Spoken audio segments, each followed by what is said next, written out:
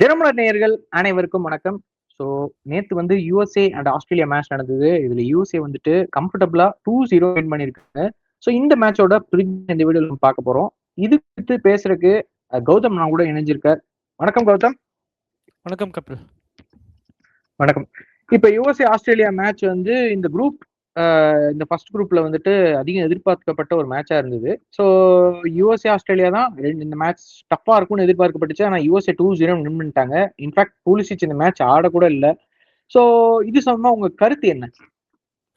கருத்து என்னன்னா, இது ஆஸ்திரேலியா வந்து எல்லா மேட்சும் எப்பவுமே டிஃபென்சிவாவே ஆடணும்னு நினைக்கிறாங்க. அது டர்க்கி மேல சக்சஸ் ஆயிடுச்சுன்னா வந்து திருப்பி யுஎஸ்ஏ மேல அதே மாதிரி சக்சஸ் ஆகுமான்னு நம்ம சொல்ல முடியாது. ஓகே, அதே மாதிரி 5-4-1 ஃபார்மேஷனே போனாங்க. ஸோ பார்த்தீங்கன்னா ரைட் சைடில் வந்து 2 கோலும் 1 கோல் ஆனதுக்கும் சரி, செகண்ட் இது ஃப்ரீ கிக்கு நிறைய டைம் பார்த்தீங்கன்னா ரைட் சைடு வந்து ஓப்பன் ஆகிட்டே இருக்கும். அவங்க வந்து யூஎஸ்ஏ வந்து பார்த்தீங்கன்னா ரைட் சைடில் ஓவர்லோட் பண்ணுறாங்க. ஈவன் 5 பேக் விளையாண்டாலும் ரைட் சைடில் ஓவர்லோட் பண்ணுறாங்க. Extra of the ball movement போட்டு கரெக்டாக கிராஸ் பண்ணும்போது either 1 goal.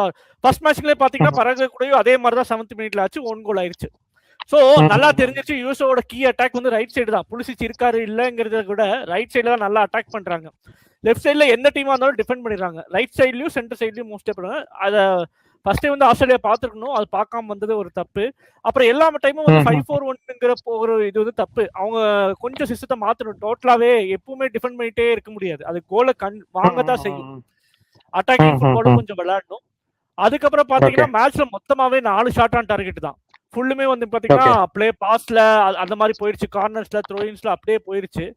So 4 shot on டார்கெட்டுங்கிறது என்னன்னா டீம் அட்டாக் பண்ணியிருக்காங்க, பட் ஒரு பெரிய ஒரு ஷாட்ஸ் எல்லாம் பிளாக் ஆயிருக்கு. ஒரு நல்ல ஒரு சான்ஸே கிரியேட் பண்ண முடியல லிட்டரலா சொல்ல போனா. அப்புறம் யூஎஸ்ஏ பாத்தீங்கன்னா என்னன்னா பாத்தீங்கன்னா இது கிறிஸ்டியன் புலிசிச் இல்ல அப்படிங்கறத ஒரு பெரிய ஒரு நெகட்டிவாவே அவங்க பார்க்கல. ரிகார்டோ பப்பியை சப்ஸ்டியூட்டா கொண்டு வந்து அவரும் நல்லா பெர்ஃபார்ம் பண்ணிருக்காரு, விளையாண்டுருக்காங்க. அப்புறம் டிஃபென்ஸ் வந்து ரொம்ப ஸ்ட்ராங்கா இருக்காங்க. அவங்களுக்கு பாத்தீங்கன்னா ராபின்சன், அப்புறம் ரீம், இவங்களாம் பாத்தீங்கன்னா நல்லா இதா இருக்காங்க. அப்புறம் இவரு டெஸ்ட் வந்து ரைட் பேக்லயும் விளையாடுறாரு, ரைட் விங் விளையாடுறாரு, எக்ஸெப்ஷனா விளையாடுறாரு. 2 இடத்து விங் பேக் ரெண்டுமே அருமையா விளையாண்டாரு டெஸ்ட். ஆண்டனி ராபின்சனும் அந்த சைடு ரொம்ப அருமையா விளையாண்டு கொடுத்தாரு. மிட்ஃபீல்டுன்னு பார்த்தா டைலர் ஆடம்ஸ், வெஸ்டர்ன் மெக்கன்சி அவன் பொசிஷனிங் ரொம்ப டாமினேட் பண்ணி கொடுத்தாங்க. நான் ஸ்டார்டிங்ல இருந்தே வந்து ஆஸ்திரேலியாவை வந்துட்டு யுஎஸ்ஏ பிரஸ்ஸிங் அதிகம் பண்ணிக்கிட்டே இருந்தாங்க பாத்தீங்களா? யூஎஸ்ஏ இது அதாவது வந்து என்னன்னா கோல் வாங்காத வரைக்கும் அவங்களுக்கு அந்த பிரஸ் இல்ல. கரெக்டா 11th மினிட்ல வாங்கிட்டாங்க. அதுக்கப்புறம் வந்து நம்மளும் ஆடணும், திருப்பி கோல் போடணுங்கிற ஒரே இதோட பாத்தீங்கன்னா விளையாடும் போது பிரஸிங் ஜாஸ்தி ஆகுது. Okay okay. சோ இதுல கீ பர்ஃபார்மன்ஸ் பாத்தீங்கன்னா ஆஃப் டைம்ல பாத்தீங்கன்னா 3 சப்ஸ்டிடியூஷன் மாத்துறாங்க.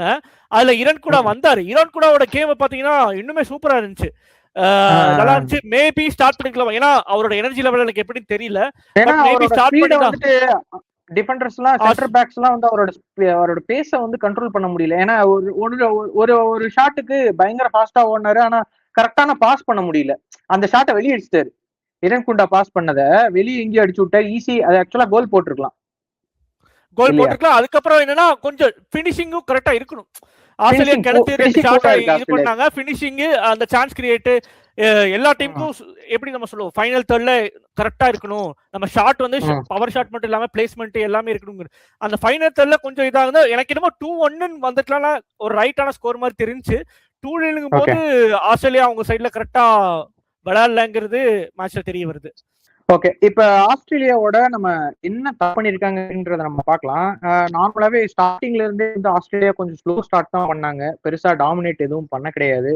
டிஃபென்ஸ்ல மிஸ்டேக்ஸ் பண்ணி ஓன் கோல் கூட போச்சு. மிட்ஃபீல்டு பொசிஷனிங் கொஞ்சம் ஸ்ட்ரகிள் பண்றாங்க. கிரியேட்டிவிட்டி கம்மியா இருக்கு. ஃபைனல் தேர்ட்ல வந்துட்டு கிரியேட்டிவிட்டி சுத்தமா இல்லை. ஸோ ரொம்ப too many misplaced crosses and shots வந்து அடிச்சிருக்காங்க. ஸோ இதுல மொத்தமா அவங்க அடிச்ச ஷாட் 5, அதுல 2 வந்து ஆன் டார்கெட்டா இருக்கு. இதே வந்துட்டு யூஎஸ்ஏ பார்த்தோம்னா 10 ஷாட் அடிச்சிருக்காங்க, அதுல 2 டார்கெட் பண்ணிருக்காங்க. ஆனா அதுல வந்துட்டு என்னன்னா 1 வந்து கோல் ஆயிருக்கு. 1 கோல்.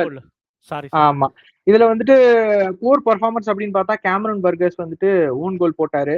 ஸோ அவர் வந்துட்டு டிஃபென்சிவா பெருசா இந்த ஒரு இம்பாக்டும் கொடுக்கல. அடீன் ஓனில் வந்துட்டு மிட்ஃபீல்ட்ல பெருசா எந்த ஒரு பொசிஷனிங் அவர் வைக்க கிடையாது. அப்புறம் வந்து பால் ஓகான் யங்ஸ்டர் வந்துட்டு கேம்ல வந்துட்டு அவரோட இன்ஃபுளுன்ஸ பெருசா காட்டலன்னு நான் நினைக்கிறேன்.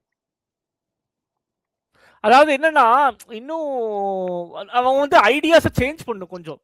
லைன் அப் ஒரே மாதிரி இது எல்லாமே அப்படி ஐடியாஸ் கொஞ்சம். நெக்ஸ்ட் மேட்ச் பாருங்க கண்டிப்பா இரண்டு கூடவே இறக்குவாரு. ஏன்னா லாஸ்ட் மேட்ச் விளையாண்ட அதே ஃபார்மேஷன்ல தான் இப்பயும் விளையாண்டாங்க இல்லையா? இப்பயும் விளையாடுறாங்க. அதான் இப்ப அடுத்த மேட்ச் பாத்தீங்கன்னா பரேகுவே கூட எதுவுமே இல்ல. இப்ப என்னன்னா இப்ப என்ன பிரச்சனைனா இன்னும் இது ஆஸ்திரேலியாக்கு நெகட்டிவா முடியும்னு நான் இப்ப என்னன்னா தேர்ட் மேட்ச் விளையாடுறாங்க, ரெண்டு டீமும் ஒரு மேட்ச் ஜெயிச்சு வர்றாங்க. இப்ப என்னன்னா ரெண்டு டிரா பண்ணா போதும், 4 பாயிண்ட்ஸ் இருந்தா போதும், பெஸ்ட் தேர்டா உள்ள போயிருவாங்க. ரெண்டுவே வந்து பிக்ஸ் பண்ணி விளையாடுற மாதிரி டிரா பண்ணிடுவாங்க அந்த மேட்ச். அப்ப என்ன ஆகும்னா டர்க்கி எலிமினேட், இவங்க ரெண்டு டீமும் குவாலிஃபை, செகண்ட் தேர்டா குவாலிஃபை ஆயிருவாங்க. இப்படின்னு வரும்போது ஆஸ்திரேலியா ரெண்டு மேட்ச் டர்க்கி எலிமினேட் தான், மேத்தமேட்டிக் 100% எலிமினேட்னே போட்டாங்க. FIFA வெப்சைட்லயே போட்டாங்க, விக்கிபீடியால எல்லா இடத்துலயும் வந்துருச்சு. சோ என்னன்னா இவங்க ரெண்டு பேரும் ஒரு டீம் எலிமினேட்னு தெரிஞ்சிருச்சுன்னா ரெண்டு டீமும் என்ன பண்ணுவாங்கன்னா நம்ம இதுல சேஃப் கார்டு பண்ணிக்கலாம். இப்ப பரவே பாத்தீங்கன்னா அடுத்த மேட்ச் ஃபுல்லுமே டிஃபெண்ட் பண்ணி ஒரு பாயிண்ட் வாங்கினா போதும் தான் ஆடுவாங்க. சோ அப்ப என்ன ஆகுதுன்னா இது வந்து ஆஸ்திரேலியாவுக்கும் இன்னும் பர்ஃபார்மன்ஸை டிக்ரீஸ் பண்ணும். சோ நாக் அவுட்ஸ் போகும்போது அவங்களுக்கு இன்னும் அஃபெக்ட் பண்ணும். ஏன்னா 90 பிளஸ் எக்ஸ்ட்ரா 30 மினிட்ஸ் போனாலும் 120 மினிட்ஸ் நின்னுலோ இல்ல 1-1 கொண்டு போறதுங்கிறது இன்னும் டஃபரா இருக்கும். ஆமா, இப்ப ஆஸ்திரேலியாவோட பாசிட்டிவ் அப்படின்னு பார்த்தோம்னா கானர் மெட்கால் அவர் வந்துட்டு லேட்டா வந்தாலும் நல்ல எனர்ஜி கொடுத்தாரு டீமுக்கு. அப்புறம் ஆஸ்திரேலியா வந்துட்டு ஒரு செகண்ட் ஹாஃப்ல வந்துட்டு ஒரு இன்டென்ட் காட்டினாங்க, அட்டாக் பண்ற இன்டென்ட் வந்து நிஜமா அதிகம் காட்டினாங்க. அதே மாதிரி பராகுவே கேம் ரொம்ப முக்கியமா இருக்கு குவாலிஃபிகேஷனுக்கு. செகண்ட்ல குவாலிஃபை ஆவாங்களா இல்ல தேர்ட்ல வந்துட்டு குவாலிஃபை ஆக முடியுமா இல்லையா அப்படிங்கிற சிச்சுவேஷன்ல இருப்பாங்களா அப்படிங்கறது நம்ம பேச வேண்டியது இருக்கு. ஏன்னா பராகுவே வந்துட்டு லாஸ்ட் மேட்ச் நல்லா ஆடி இருக்காங்க. இன்ஃபேக்ட் பொசிஷன் கம்மியா இருந்தாலும் டர்க்கிங்கிறது பெரிய இந்த வேர்ல்டு கப்ல யூஎஸ்ஏ மாதிரி ஒரு குவாலிட்டியான டீம் தான். பட் அவங்க வந்துட்டு ஃபர்ஸ்ட் மேட்ச் தோட்டாங்க, second match Paraguay in fact red card வாங்கியும் நல்லா டிஃபெண்ட் பண்ணியிருக்காங்க பராகுவே. ஸோ அந்த டீம் கூட வந்து ஆஸ்திரேலியாவுக்கு வந்துட்டு ரொம்ப டஃபா இருக்க போகுதுன்னு தான் நான் நினைக்கிறேன். ஸோ இப்போ என்னன்னா பராகுவே வந்து என்ன பண்ணுவாங்கன்னா அவங்க மைனஸ் கோல் டிஃபரன்ஸ் பார்த்தீங்கன்னு வச்சுக்கோங்களேன், 4-1 -2 இருக்காங்க. ஆஸ்திரேலியா பார்த்தீங்கன்னா -1 இருக்காங்க.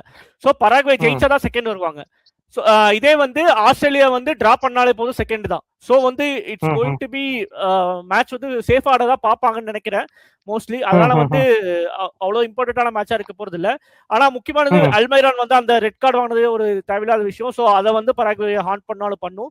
சப்போஸ் ஏன்னா இன்னொரு கோல் வாங்கிட்டாங்கன்னா -3 ஆயிரும் இந்த மேட்ச் தோத்தா. அப்ப 3 பாயிண்ட்ஸ் வச்சு -3னா எலிமினேஷன் தான், 99% எலிமினேஷன் ஆயிடும். ஸோ பராகுவே வந்து டிராக்காக தான் ஆடுவாங்கன்னு எதிர்பார்க்கிறேன். டிராக்காக தான் ஆடுவாங்க. பட் டிராவானா அவங்க செகண்ட் பிளேஸ் போறதுக்கான வாய்ப்பு இருக்குன்றீங்களா? டிராவானா தேர்ட் பெஸ்ட்ல 4 பாயிண்ட்ஸ் வச்சு வந்துடலாம். அப்ப அவங்க கண்டிப்பா ஜெயிக்கிறது தான் ஆடுவாங்க. ஏன்னா அல்மீரான் ரெட் கார்டு வாங்கிட்டாரு, அடுத்த மேட்ச் ஆட மாட்டாரு. என்சிசி மட்டும் தான் இருப்பாரு. அடுத்த மேட்ச் வந்துருவாரு. பட் தேர்ட்ல அவங்க குவாலிஃபை ஆகணும்ல, அது வந்து இல்ல தேர்ட்ல 4 பாயிண்ட் வந்தாலே குவாலிஃபை தான் சொல்றீங்க. அது எப்படின்னா மத்த குரூப்ஸ்ல இது வரும்போது 4 பாயிண்ட் வந்தாலே உங்களுக்கு குவாலிஃபை ஆயிருவாங்க. ஜெயிக்க நீங்க சொல்ற பாயிண்ட் கரெக்ட் தான், ஜெயிக்கதான் பாப்பாங்க. ஏன்னா அது ஆனா என்னன்னா அல்மைரான் இல்ல, அதுக்கு போய் என்னன்னா ரிஸ்க் எடுக்க போய் 3 பாயிண்ட்ஸ் -3 வந்துருச்சுன்னா இத கண்டிப்பா குவாலிஃபை ஆக முடியாது. சோ அப்ப என்னன்னா மோஸ்ட் ப்ராபபிலி டிராக் தான் ஆடுவாங்கன்னு அந்த ஒரு ஸ்டாட்டிஸ்டிக்ஸ்ல சொல்றேன். டிஃபென்சிவா தான் ஆடுவாங்க. என்னன்னா டி குரூப்ல வந்தனால என்ன பிரச்சனைனா மிச்ச டீம்க்குலாம் தெரிஞ்சிரும். அதுக்கப்புறம் தேர்ட் மேட்ச் இது அதுக்கப்புறம் வர டீம்க்குலாம் தெரிஞ்சிரும். அப்ப ஆனா இப்ப என்னன்னா இப்ப இந்த EFGH அந்த குரூப்ல எல்லாம் இருக்கு இல்லையா, இப்ப எப்படி நிலைப்பாடுனா அடுத்ததுக்கு யார் யார் ஆப்போனன்ட் அது பொறுத்தும் கால்குலேட் பண்ணுவாங்க. சோ நிறைய ஃபேக்டர்ஸ் இருக்கு. சேஃபாவும் விளையாடுவாங்க. சப்போஸ் ரிஸ்க் ஆயிடுச்சுன்னா தான் இது பண்ணுவாங்க. ஆனா ஆஸ்திரேலியா வந்து மோஸ்ட்லி சேஃப் தான். அவங்களும் ஒரு கோல் போட்டா போதும் வின் ஆகலாம். அப்புறம் திருப்பி 5-4-1 ஆட ஆரம்பிச்சிருவாங்க இவங்க பராகுவே கூடயுமே. பட் இன்ஃபேக்ட் யூஎஸ்ஏ கூட ஆடும்போதே நிறைய சான்ஸ் ஆஸ்திரேலியா கிடைச்சது. பட் ஆனா போர் பினிஷிங்னால கண்டிப்பா போயிருச்சுன்னு சொல்லலாம். ஸோ டாக்டிக்கலா நம்ம பார்த்தோம்னா யூஎஸ்ஏ வந்து நல்லா அக்ரெசிவா ப்ரெஸ் பண்ணாங்க. விங் பேக்ஸை வந்துட்டு ஆஸ்திரேலியா ரொம்ப ஸ்ட்ரெச் பண்ண வச்சு நினைக்கிறேன். ஏன்னா இந்த சைடு வந்து டெஸ்ட், அந்த சைடு ராபின்ஸ் ரெண்டு பேரும் நல்லாவே அக்ரெசிவா புஷ் பண்ணாங்க ஆஸ்திரேலியாவை. அப்புறம் மிட்ஃபீல்ட் டியூல்ஸ்லாம் நிறைய வந்து யூஎஸ்ஏ வின்னு. அப்புறம் இந்த லீடை கம்ஃபர்டபுளா ப்ரொடெக்ட் பண்ணாங்கன்னு எனக்கு தோணுது. ஏன்னா டிஃபென்சிவா அவங்க ரொம்ப கரெக்டா மேனேஜ் பண்ணி அந்த டிஃபென்சிவ் வால் வந்து அப்படி பர்ஃபெக்டா வச்சிருந்தாங்க. இப்போ ஆஸ்திரேலியா வந்துட்டு ரொம்ப அக்ரெசிவாவும் போல ரொம்ப டிஃபென்சிவாவும் இல்லை, ட்ரை டு காம்பாக்டா தான் இருந்தது. ஸோ மேக்ஸிமம் டிஃபென்சிவும் நம்ம சொல்லலாம், பட் இருந்தாலும் அட்டாக்கிங்கும் சில இது பண்ணாங்க. யூஎஸ்ஏவோட அந்த பேஸை வந்து இவனாலே கண்ட்ரோல் பண்ண முடியல. பராகுவே பண்ண மாதிரி ஆஸ்திரேலியானாலையும் கண்ட்ரோல் பண்ண முடியல அப்படின்னு சொல்லலாம்.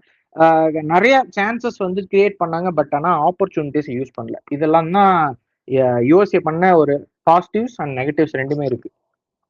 ஸோ அது வந்து அவங்க கோச் கண்டுபிடிச்சு ஓவர் கம் பண்ணா மட்டும்தான் அடுத்தடுத்த லெவல் போக முடியும். சேம் இப்படியே இருந்தாங்கன்னா கண்டிப்பா.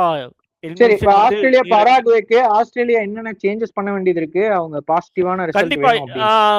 ஏன்னா என்ன கேட்டீங்கன்னா, இரான் கூட கொண்டு வந்து ஒரு கோலை போட்டுட்டு அதுக்கப்புறம் அவர் வேணா எடுத்துக்கலாம். அது ஒரு ஆப்ஷன்.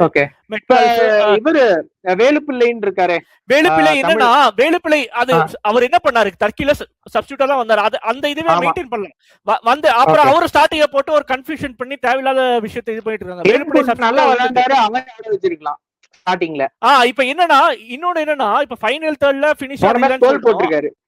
ஆமா, ஃபைனல் தேர்ட்ல அதெல்லாம் இல்லன்னு சொல்றோம். ஆனா மிட்ஃபீல்ட் என்னன்னா க்ரூஷியலான கரெக்ட் டச்சஸ், அந்த லாங் டச், ஒரு சின்ன கண்ட்ரோலும் டச்சஸும் மிட் தேர்ட்ல கரெக்டா எடுக்கணும். அப்புறம் எந்த சைடு பாஸ் பண்ணணும், எங்க ஒரு பிளேயர் வந்து ரன் பண்ணணும் அப்படிங்கிறது ஒரு முக்கியமான விஷயம். அதையும் அவங்க எக்ஸிக்யூட் பண்ணணும் கரெக்டா.